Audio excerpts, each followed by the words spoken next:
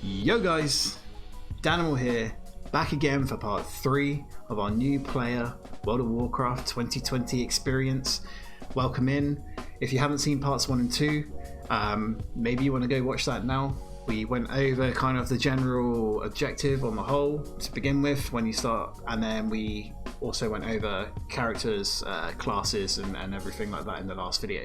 So now we're going to get into the actual controlling and the mechanics. So as always, I've jumped onto the PTR because it was a lot easier for me to mess up the key bindings on here so that I can show you how I play and how I do this. This is going to kind of train you to do, let's say, good habits and best practices for going forward, and it will help you learn the game a lot more fluid and a lot easier, and you'll find it a lot easier to actually control and probably just learn the game.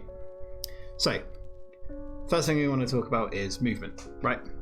So by standard, you have W, A, S, and D. I've just gotten that. I got that in the wrong order. W, A, S, D. So W moves forward, S moves back, A spins you that way, right spins you that way, D spins you that way. Getting a lesson right, and everything all mixed up right now. And then you also have Q and E, which strafe left and right. You have the left click of the mouse, which allows you to free roam the camera. As you can see, I can spin the camera around here. Try not to do it too fast because you could probably get a little bit motion sick from that. And then if you hold down the right click, you actually can move your character. As you see, the character will move with you as well, up and down, up and down. Now, the first basic control that you want to learn for playing World of Warcraft is having the right click mouse down, the one which makes you turn, and being able to move forward with the W key and turn the mouse as you walk. If you want to turn left, you turn left. If you want to turn right, you turn right. You see, this leaves you with kind of like free action movement, and you can move around all over the place. This skill will single-handedly put you above a lot of the player base first starting. It just makes it so much easier to control the character. So next stage is that we don't really want to have strafe on Q and E, and we don't want to at all have A and D's turn left and right. So what we want to do is we want to keybind what's already Q and E onto S and D, and you can do that with the keybinds here. So as you can see, turn left and turn right is A and D. We're just gonna, oh, I didn't want to do that, hold on, let me just reset those to default quickly. So as you see as well, you have the arrow buttons that are on there too. So what we want to do is we have A here, we're going to have, actually we might as well just do it with this one. So strafe left, we want to make A, strafe right, we want to make D, and then it'll just do those guys by default on there, but technically we use that turn left and right with the right click, right? So we're going to come out of there, and now Q and E, when you press them, going to do nothing. Whereas now you strafe left and right with the A and D buttons. Okay, so we've got forward, back, strafe, left and right. Now, if you want to turn your character, you can use it with the right click here. This is what you should do, and you can strafe while having that down as well. As you see, I'm moving sideways, and I can run round in a circle. If I just check this prairie dog here, if it was a prairie dog as well, you can see, look, I can do a full circle of this guy here. Look, I'm circling around him, circling around him. If he was to come near me, I can run away like this. Being a hunter and a rage character, I benefit from being further away from the enemy. And then of course we've got spacebar, which is jump. These are probably the most basic controls that I can say, but if you learn to strafe, so if you're doing damage to this guy here, we can move left, we can move right, and it just makes it easier. If you want to dodge something, say this prairie dog was like an attack coming in, it will get a marker on the floor. I'm gonna maybe I'll do it like this. If we want to move out of this, we can just strafe out and we can keep attacking that lion there. Okay, so that's kind of like the basic control change that I'd first suggest. The next thing I would suggest, which would be the next part of the mechanic, was be pressing Control and V. Now this brings up these health bars here. As you see, he didn't have it before. I'll press it again. He didn't have it before. In fact, actually, does Alt V just bring up enemies? Okay, so scratch that. Do Alt V, it'll bring up just the enemy ones. If you want allied health bars on as well, the similar thing, so you have your friends will have them above their head as well. Do Control V if you want just the enemies, which I just have just the enemies, and you press Alt V. This will bring up the enemy's health bars here, and now this is a lot easier than seeing these guys up here. If you've watched a lot of WoW streams or WoW videos and stuff, people will have custom UIs, and I will go into that a bit later as well. I'll show you kind of my full setup and everything after. But these health bars above the enemy's heads will be super helpful to you. So other than changing that movement thing, you want to press Control V, and you've got yourself the setup here. You can mechanically see everything, and then you can just easily bang. Easy peasy. See that giraffe is zoned in? You can see exactly where he is. It will cut out critters and pets, so you won't see these guys, these little 1 health like adders and stuff. These are just sort of like little jimmies around on the floor, right? Critters are like just level 1 health mobs just hanging about, just to make the world a bit more realistic. So yeah, so we've got our lion here, we've got the giraffe here. The yellow means that they're passive, they're not aggressive, whereas the red, if you get too close, you will actually gain aggro on them and you'll start attacking you, whereas the giraffe, wait, we're just gonna, oh yeah, let's trap that lion just for a bit of lols right now. So this is the next thing I wanted to show you. Was if you have what's called crowd control, and it's often referred to as CC, my trap holds this guy in here for 50 seconds left, so a whole minute he's incapacitated for the entire time. This has a countdown up here, and you'll be able to see your dots, the damage over times as well, and certain debuffs which you put onto the target. So if you make something weak with like a specific shot or something, or specific piece of magic or an attack, they'll come up here as well. So these are the debuffs, and they're the ones that you can be tracking. So it makes it a lot easier than they usually appear up here, or they'll usually appear, sorry, underneath on this bit here. I'm getting confused about my custom UI stuff there. You see it there, but it's just a lot easier to see it in that retrospect. So the two things so far is change strafe from Q and E down to A and D, learn to control with the mouse and run like that, and that's your movement mechanics perfectly sorted. And then you've got your vision mechanics here from seeing the enemy health bars. And if I was fighting something that wasn't a low level compared to my hunter right now, you'd see that the health bar would go down as you attack it. Okay, so that's the basic movements out of the way. Now the next thing you want to do is kind of set up your user interface and your key bindings. Now, if I was to be attacking like a training dummy or something, I'll just come out here because it's a lot easier to do for the demonstration. You can see that the bars here range from 1, 2, 3, 4, 5, 6, 7, 8, 9, 0. I think that's subtract or dash, whatever you want to call it, and equal sign. Now, the method that I've just showed you how to move, it's kind of hard, and if you try right now, it's kind of hard to press. I think 5 is kind of like the most comfortable limit, right? 6 is kind of hard to press when you're moving about, saying you're having to run away and then you're trying to press 6. It's really hard to get in there and press that. 7, 8, 9, dash and 0 and equals. It's going to be really difficult to do. So my next suggestion is we're going to be chucking these I'm going to say from 6, I think. 6 is a bit precarious maybe to think about, so I'll go over that one in a minute. But I think you want your main attacks really on 5, up to 5. And then we're going to change from 7 up. It's definitely going to be a no-no, and 6 is kind of a bit iffy. If you can reach 6 quite comfortably, then by all means keep 6. I like to use 6 for kind of like my movement speed, like my aspect of the cheetah, which gives me movement speed, so I can just press it while I'm running away like that, and I can get back to doing it. Whereas I have all my main attacks. There are a lot more attacks than this. I'm just kind of stripping it down to basics right now, but I keep all of my main damage abilities on 1 to 5. So what I'm going to do is going to go to Keybindings. We're going to go down to Action Bar, and we're going to, I think we can just press Unbind. I thought Escape would do it last time. So I'll unbind 7, I'll unbind 8, I'll unbind 9, I'll unbind 0, I'll unbind dash, and I'll unbind that. So I didn't save it, did I? Okay, 2 head. We know how good at these videos I am, right? So see that real quick and press OK this time. So you see they've got nothing on them now. So what we need to do is find comfortable positions for these. Now, the 2 most comfortable buttons, I don't know why I'm quitting out of this, so the 2 most comfortable buttons after we've now unkeybinded them are Q and E.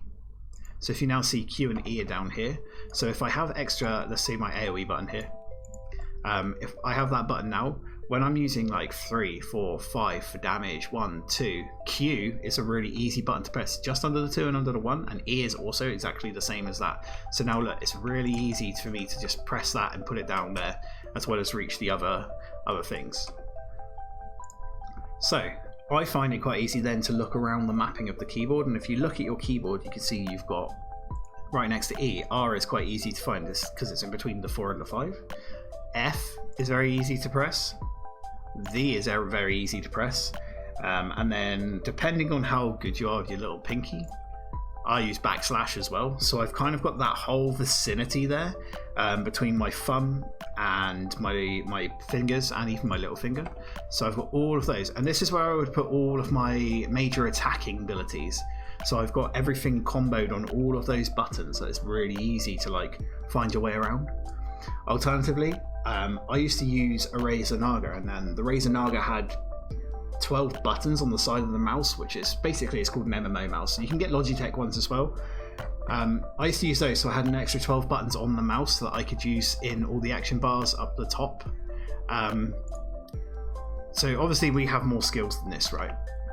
But it made it really easy. So if you can see all the skills that I've got here, that's just hunter skills, and then you've got the marksman skills here. Look, there's just so many in the spellbook. We need more bars, right? So if you go to interface and go to action bars, you can stick the left bars on, so it increases them here. If you needed more, you can put the right bar on the side here, or you can put the bottom right bar, which puts them on here. So I'll just keep them all on for this demonstration. You can have an extra row of these guys as well, but it's probably not necessary. You can keybind all of these guys. So what I used to have was this exact keybind pathing, as well as numpad 1, 2, 3, 4, 5 through to 12 on the numpad. I didn't use the numpad because the numpad was based onto the mouse, so it gave me a huge range. So if you really wanted to take your play to the max, I would suggest getting a MMO mouse like that, because it is godlike using that. And if you wanted to get into like lots of action PvP and stuff, I've kind of had to retrain myself and relearn, which I have, so it means I needed to make some more keybinds, right? So what a lot of people do is they use, so if you go to the multi-action bars here, this will be, so I believe this one is this bar here, this one is this bar here, possibly. Yeah, bottom right action bar, I believe. The right action bar is this one, and then you've got, yeah, okay. So what we'll do is we'll just fill these guys in up here. I use, so a lot of people use like shift 1, maybe shift 2, shift 3, shift 4. I use my F keys that are on, because of my keyboard layout, it's quite easy to hit those F keys. I use them for like defensive cooldowns and stuff. So I have a turtle button here, and I have a heal, and if I want to heal, I have that button to press there, and I can press my turtle button here, and that protects me. That's like my protection. Shift 1, 2, 3, and 4. It's just easy if you're just you want to like something to buff you, maybe like let's see this guy here. This is my movement ability, so if I'm running away and I'm doing damage, now I can just go boing like that and just press shift 1. And then of course with the shift button, it makes it even more, so you can do shift Q and E, so you've got even more options there. Shift Q and E, shift R, maybe let's do shift F, and then you see that we've got a whole array of those. So it's this mapping here that I think is most important, and you can do a lot of shift variations of them. I would say probably those ones were like the best. But as you see, we've now worked out like how fluid we can make. So instead of having to like go, oh, I really need to use this ability here, but it's over here and I haven't got all the keybinds anymore to use it, and I'm going to have to click it and do it. You can eliminate that clicking by, I'm going to have to do shift R for this, and then look, done. And then you can just go on with your normal attacks. So that's kind of like how you become a bit of a keybind master. Some people use like control 1, 2, and 3 and stuff, alt 1, 2, and 3. We'll get into like macros and stuff at some point along the journey of this, which is going to be complete alien term to you right now, but macroing also helps like your abilities take your abilities to the next level, if that makes sense, like by chaining things together. And it's a bit of like light coding almost, I suppose, but don't worry about that. You can find everything on the internet. If you if you needed a macro for something, you could find something on the internet. So yeah, this is like basically the basics of key binding. I like to, this is the one that I like to sort of do, is put my mount, which is here, instead of clicking on my mount, I like to actually have that on B and then just keep Shift B as opening my backpacks, because B would open your backpacks, all your backpacks anyway, whereas I like to have just a button for my binds. Also very, very handy as well, which should probably mention, let's put them on this right action bar. On my mouse I've got three buttons here. I use a Razer product so I can macro them to what I want, but I've got mouse button 5, and I believe this one's probably mouse button 4. And I have bound the two, I don't know if I'm going to be able to show you, the two middle buttons that are here. I bound that one to the little, comma, and I've bound the other one onto hashtag, as you can see there. So now I do still have the ability to have things on my mouse. So with the mouse, the only buttons that are actually bound at the moment are scroll wheel up and down. And if you hold down the scroll wheel, you actually move forward and can control. I actually like to change, I'm just changing this back and forward a lot here, movement keys. There should be an auto run, start auto run here. I like to put that on the middle mouse button. So look, I can just and then your hand's free and you're running forward, and you can kind of just control your character wherever you want to go. You can even move it from side to side or whatever. But I like to have that as my auto run button, and you can just press the W key and it cancels the auto run. So yeah, so where did I put the oh, there. So the mouse buttons and stuff are here. So if you did want to have some, because I quite like to have my traps on my mouse because it has a placement marker, and it's quite good to have that on the mouse. And I'm pressing this mouse button here. So if I just do that, if I press this, I'm gonna get this in a good place here. If I press this mouse button, look, it comes up, and then I can just chuck it wherever I want. So look at how many buttons you've got on your mouse. Check out that pathing that I explained on the keyboard. So having like Q, E, R. I mean, I'd say like really good main ones. Q, E, R, F, V is really good, and the backslash is kind of a bit niche. You could maybe go for G and T as well. We always like a good G and T, but G and T is quite good. Like I said, I only really use 6 as like kind of an off button because it's still kind of janky when I'm actually doing damage.